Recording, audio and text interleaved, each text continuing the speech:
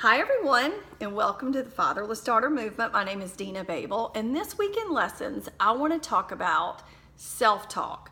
What is it we say to ourselves and how we can change our inner mean girl talk to inspirational good girl talk. What do we do? What do we say to ourselves? What things are running through your head? Anxiety really is the culprit of depression. And when we worry about things, especially as fatherless daughters, we've had, a life a lot of times that has not gone as planned. That seems to be a little unfair, and seems to be like we don't have control over this, or things have happened to us and we couldn't necessarily garner the support of other people to ensure that we were secure and situated. So we've had to worry about different things that a lot of other people don't have to worry about in their young lives. So when I was 13 years old, obviously my father passed, and the event was extremely traumatic. And starting at that age, even though I didn't realize that was what I was doing at the time, I would wake up with anxiety. I'd wake up first thing in the morning and I would worry. How about if this happens? How about if this doesn't happen? How about if we don't have the money to pay for this? And then as I got older, it was, how about if this happens again? Or how about if I don't find the love of my life? Or if I don't get the job I wanted? Or if I feel like this the rest of my life? What can I do to change my thought process? And how can I personally control the uncontrollable? We only have this moment right here. And so what we have to do is make sure that we are in control of our reactions to things and what we say to ourselves, and that we have enough self-care. So I thought it'd be cool to talk to you a little bit about three really famous fatherless daughters that many people don't know started out as fatherless, and maybe their aha moment and how they turned that inner voice, that little inner fatherless daughter voice, into something positive that went on to help the masses and many people today. So the first person I wanted to talk about is Maya Angelou. So many of you know her as a poet and an activist. And she was someone extremely inspirational in our generation and will continue to be for many generations to come. But many people don't know that she started off, at 4 years old as a fatherless daughter. Her dad left, and she was left to live with her mother. And her mom worked multiple jobs. She was a single parent and had different people in and out of the house. She had one specific boyfriend that ended up brutally raping Maya Angelou, and that is what caused her to become mute. And she was mute for about 5 years. Her mother then took her to her actual grandmother's house and left her there, and she was mute. And what she did is got very quiet because she felt like her voice had caused the death of someone, which was the guy that raped her. Because when she told her mother's brother what had happened with that specific boyfriend, he went out and looked for him and actually killed him. So she realized at that moment that her voice had power. So her inner voice was, if I say something about someone, I can actually harm them. And this was a young little girl that was 4 years old.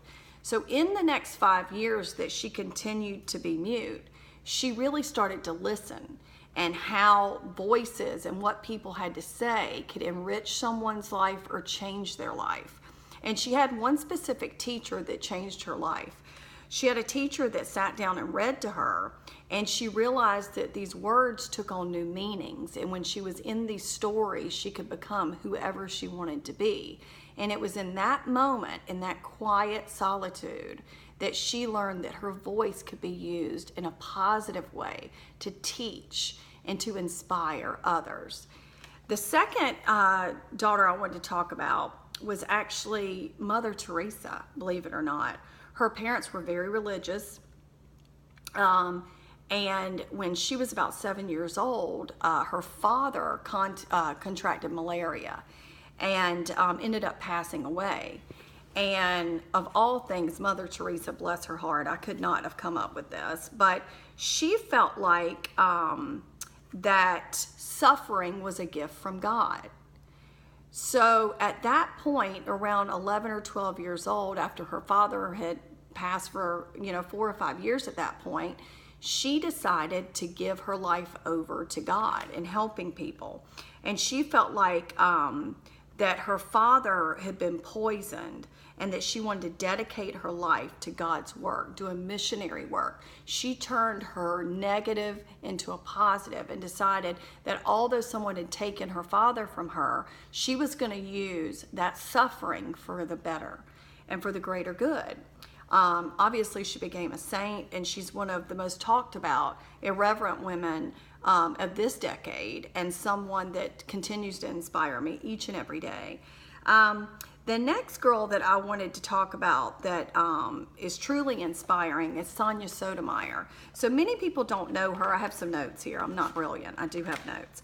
Many people talk about Sonja Sotomayer, and what she was the first Latina Supreme Court Justice. I mean, excuse me, Supreme Court Justice, the first Latino. And this is what her deal was. Her father died when she was 9 years old.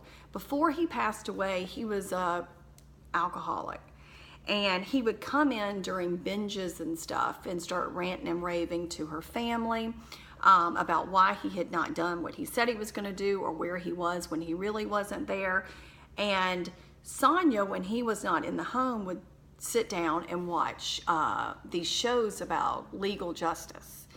And she started learning from that.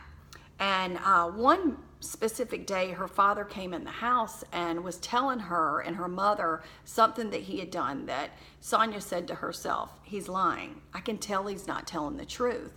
And what she said, and she said this to Oprah actually, in one of her television shows, she said, I learned to watch my father and judge if someone was telling the truth.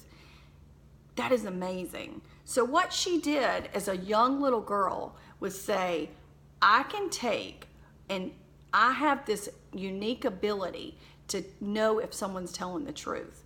What can I do with it? She went on to become a judge and obviously change the world.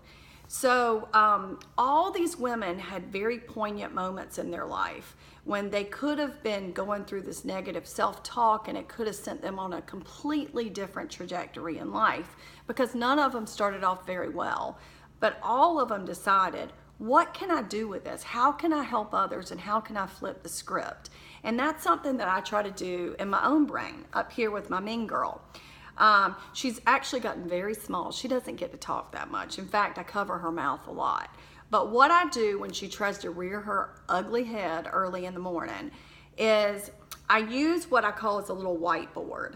So in my mind's eye, I have a whiteboard, and I get a marker in my mind's eye, and I write the sentences or the terminology or whatever that I'm using as self-talk. And I write out all these things, and I just blurt it out in my mind and write it. I can't do this. I'll never be successful here. This might happen. That might happen. How about if this doesn't happen? How about if all my hard work is for no reason? How about if something happens to my family? God forbid. How about if my kids become fatherless? All these crazy thoughts that go into my head that could actually happen, but they haven't, so I don't need to worry about it.